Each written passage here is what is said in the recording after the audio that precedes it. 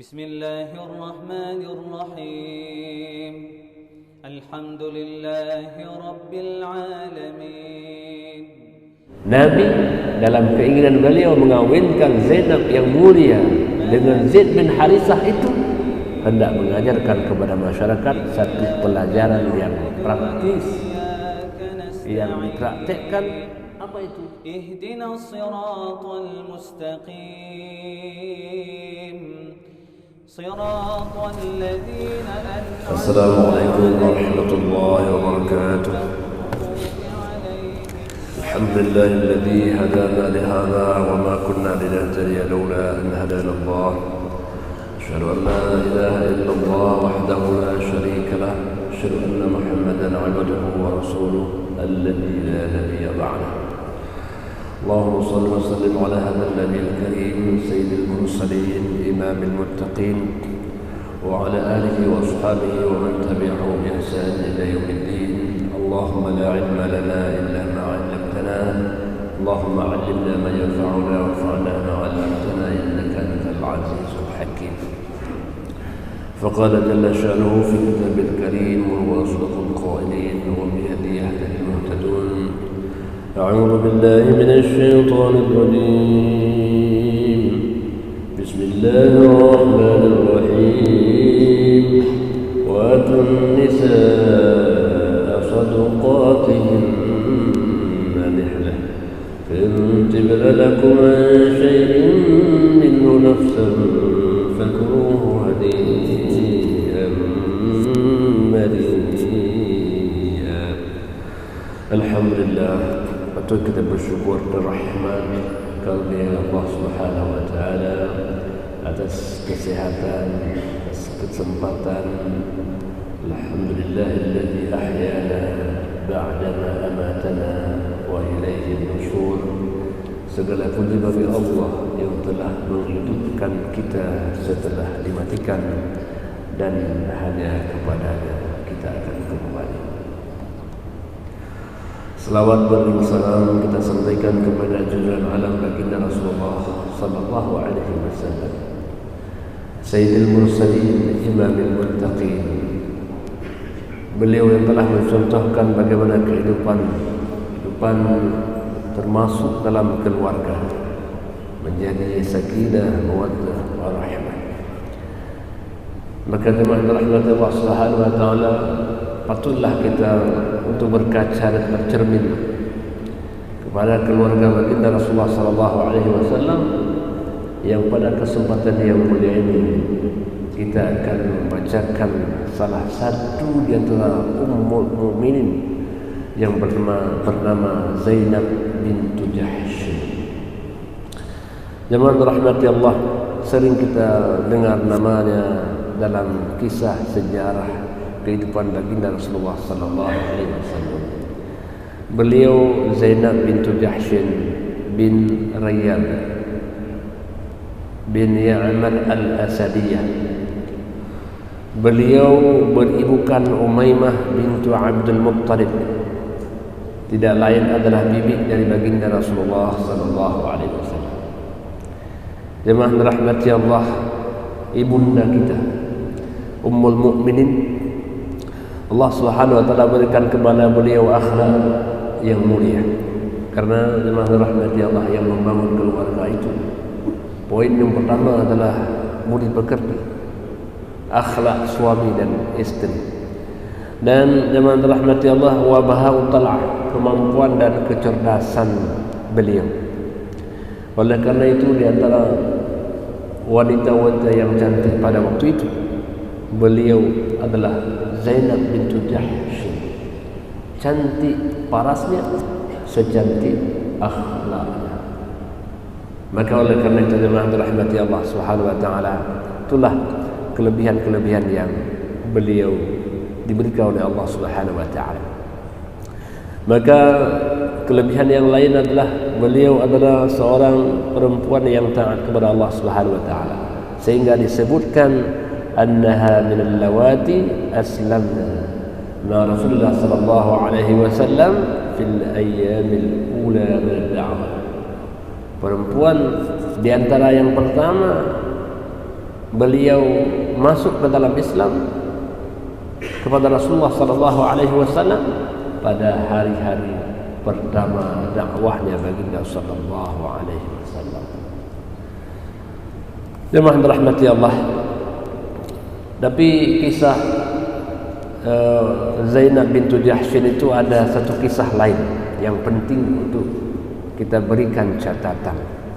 Baginda Rasulullah sallallahu alaihi wasallam kemudian meminangnya untuk dikawinkan dengan seorang anak angkatnya yang bernama Zaid bin Harithah. Zaid bin Harithah. Jemaah rahmati Allah, dulu pada masa jahiliyah orang memanggilnya Zaid bin Muhammad. Kemudian Allah melarangnya karena mestilah anak itu nisbahkan kepada orang tuanya.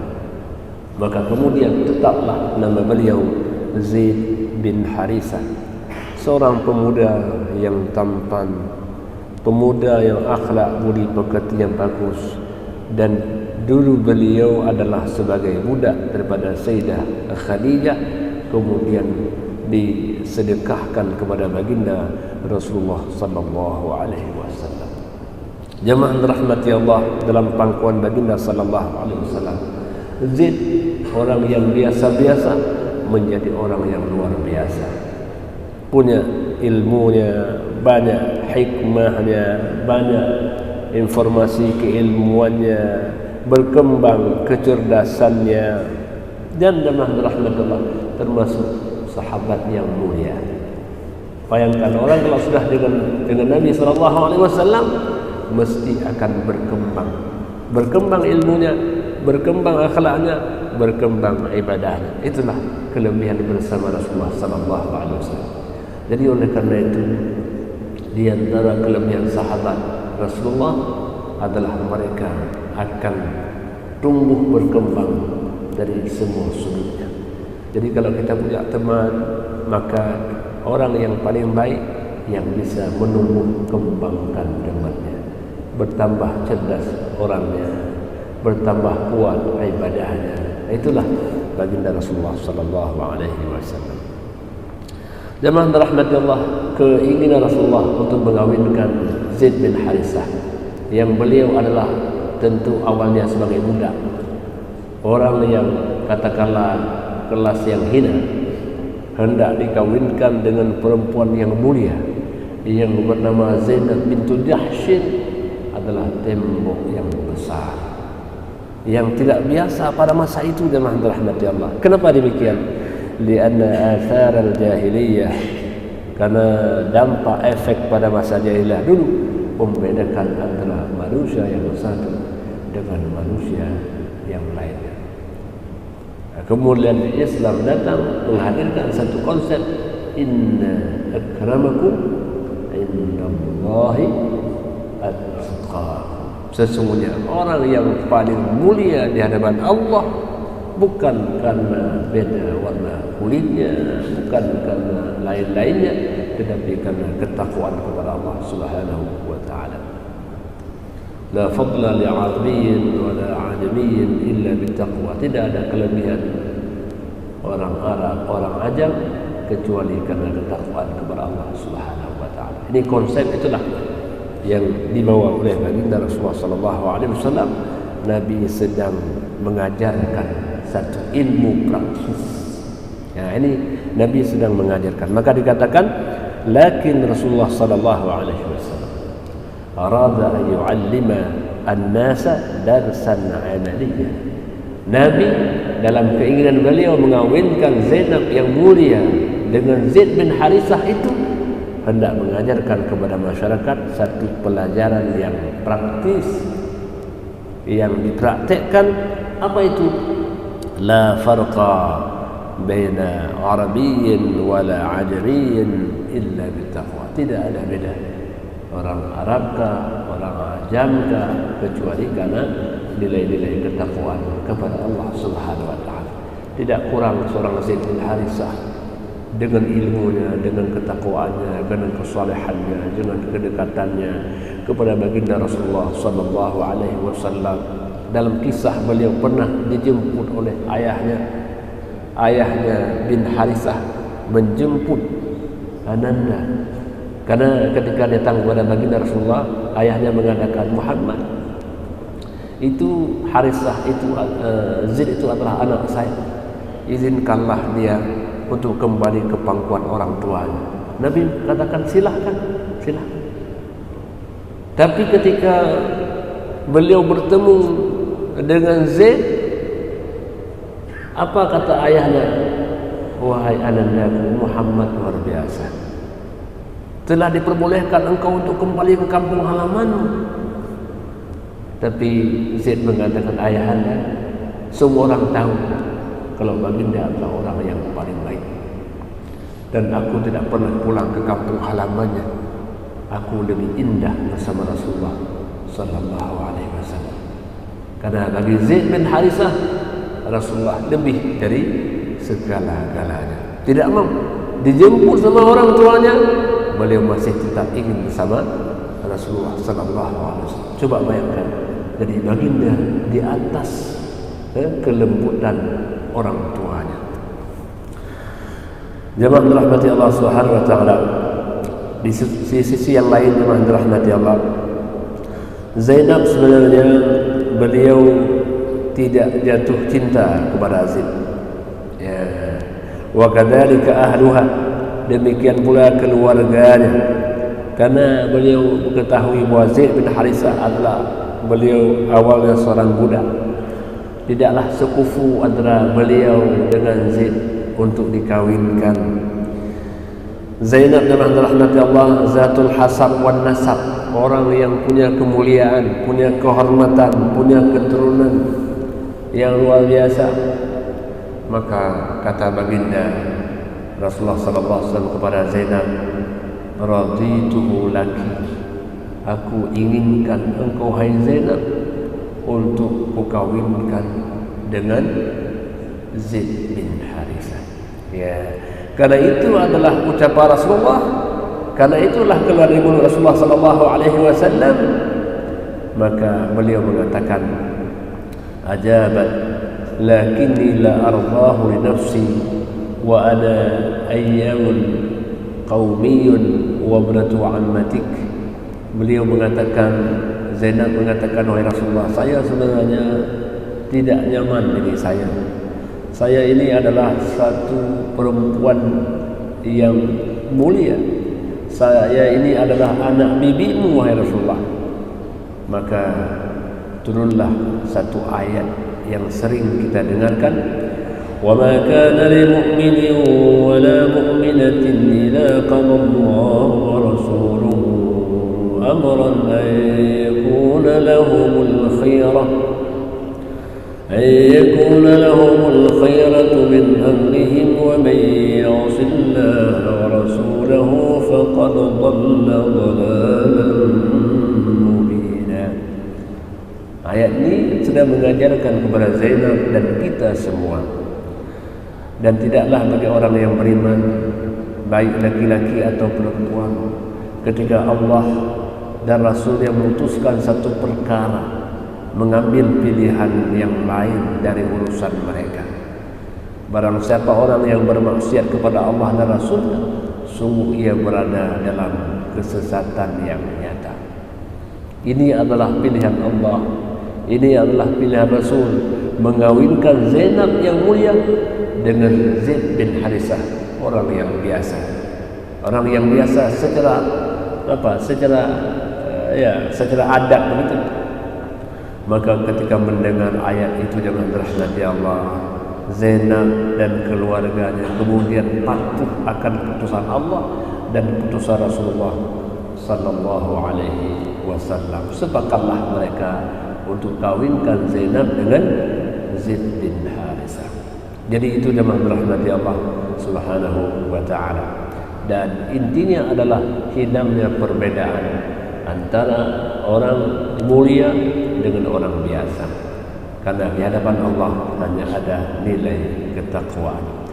Allah yang dimuliakan oleh Allah Subhanahu wa taala, demikianlah kehidupan antara Zainab dan Zaid bin Harisah. Tetapi karena bingkai dasarnya tadi jemaah rahmati Allah bukan berangkat daripada hati yang sangat dalam, walakin as-sa'adah wal hana lam yaktuba li hadzal bait al-jadid. Kebahagiaan sungguh susah untuk digapai. Maka oleh karena itu haruslah berangkat daripada hati yang dalam, kecintaan. Jadi orang yang suami istri itu sebenarnya bukan hanya faktor harta benda, tapi faktor hati menjadi hal yang sangat menentukan di dalam kehidupan mereka. Karena Zainab ada sesuatu tadi ketika hendak dikawinkan dengan Zaid bin Harisah, maka susahlah untuk menggapai satu kebahagiaan. Wa hassa Zaid bi nafrah zaujati min. Jadi Zaid merasa bahwa tidak menyatu dengan istrinya.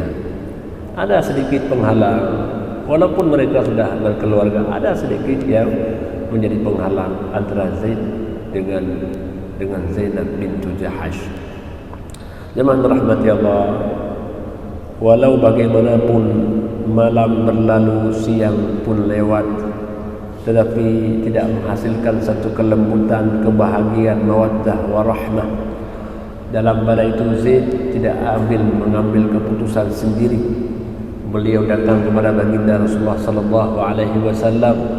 Beliau menyampaikan keluhannya, kehidupan bersama keluarganya. Coba kita lihat. Jadi itulah langkah orang berkeluarga. Jangan cepat-cepat mengambil satu keputusan dalam keluarga itu, tapi berkomunikasi dengan Rasulullah sallallahu alaihi wasallam. Jemaah rahmati Allah, seorang rasul, hamba Allah yang sangat mulia. Apa bimbingan beliau? Amarahu bis-sabri wa hawwana alaihi al-amr.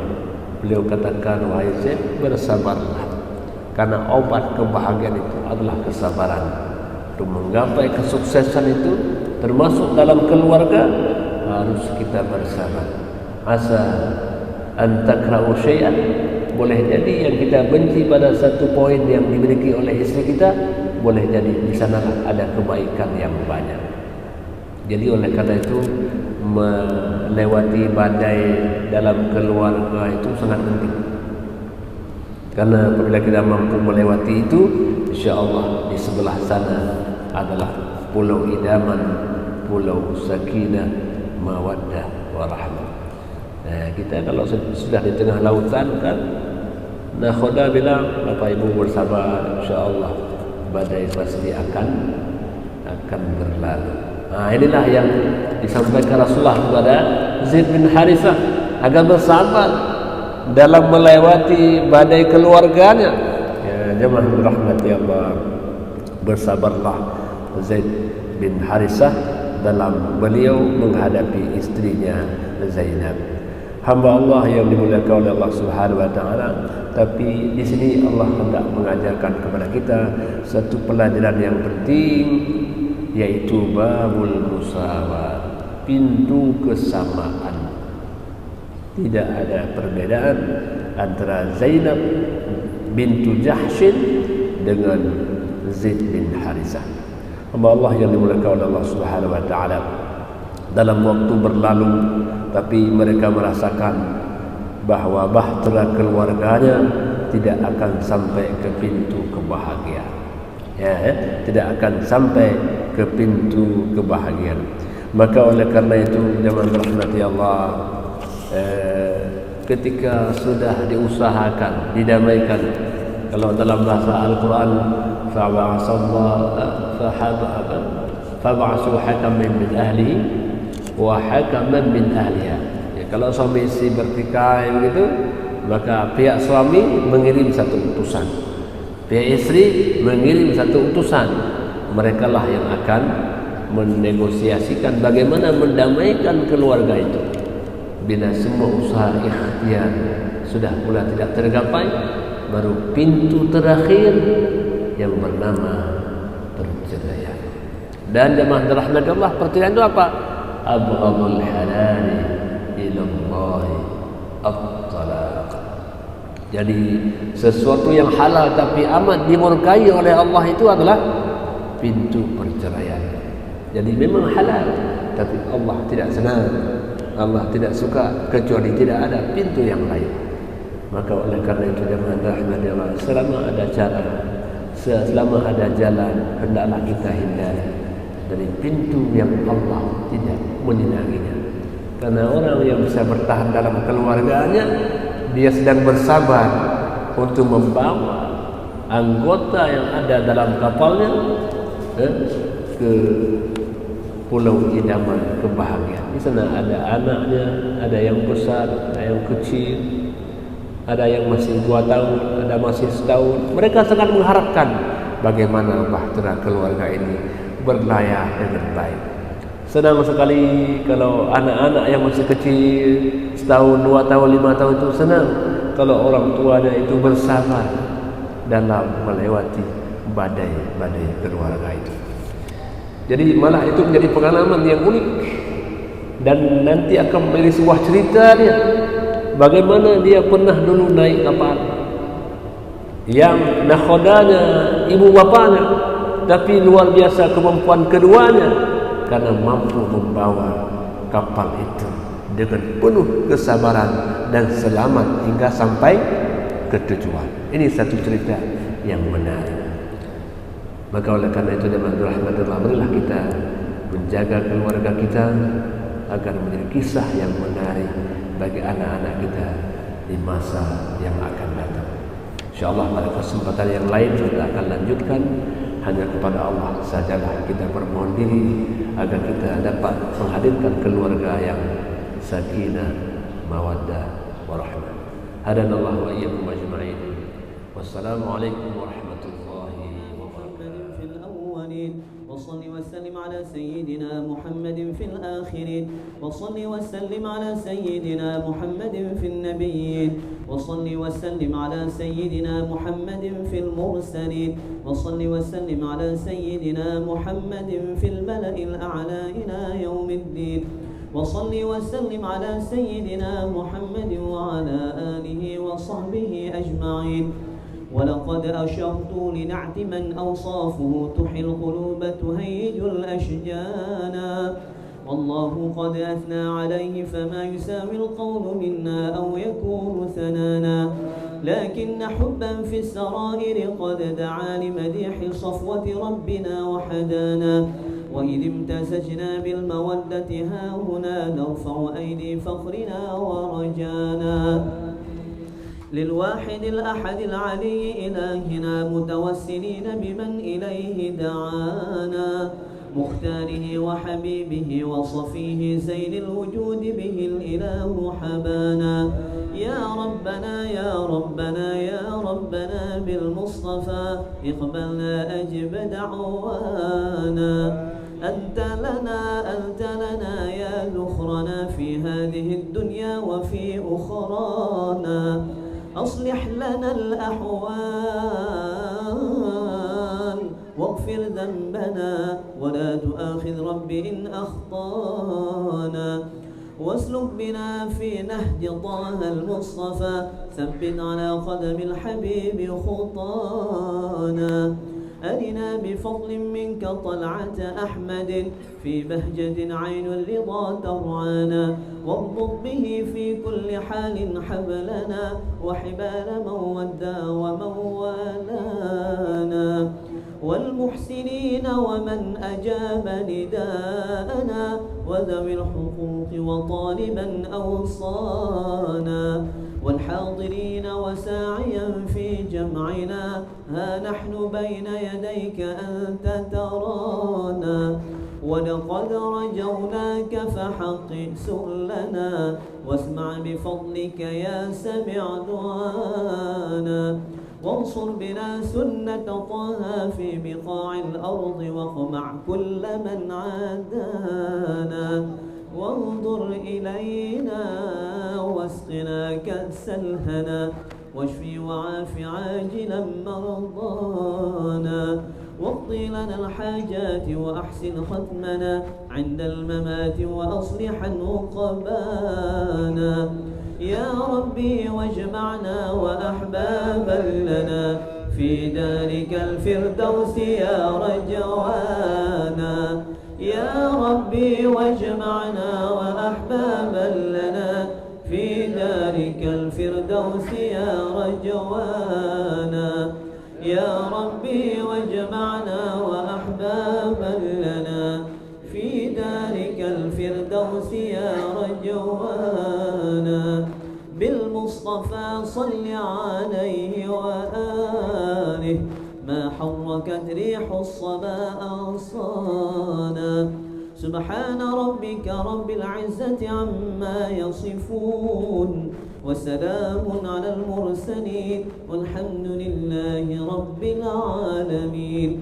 إن الله وملائكته يصلون على النبي يا أيها الذين آمنوا صلوا عليه وسلموا تسليما. الصلاة والسلام عليك يا سيد المرسلين. الصلاة والسلام عليك يا خاتم النبيين. الصلاة والسلام عليك يا من أرسلك الله رحمة للعالمين. ورضي الله تعالى عن أصحاب رسول الله أجمعين. آمين آمين آمين. بسم صل وسلم على سيدنا محمد في الأولين وصل وسلم على سيدنا محمد في الآخرين وصل وسلم على سيدنا محمد في النبيين وصل وسلم على سيدنا محمد في المرسلين وصل وسلم على سيدنا محمد في الملأ الأعلى إلى يوم الدين وصل وسلم على سيدنا محمد وعلى آله وصحبه أجمعين. ولقد أشرت لنعت من أوصافه تحي القلوب تهيج الأشجانا.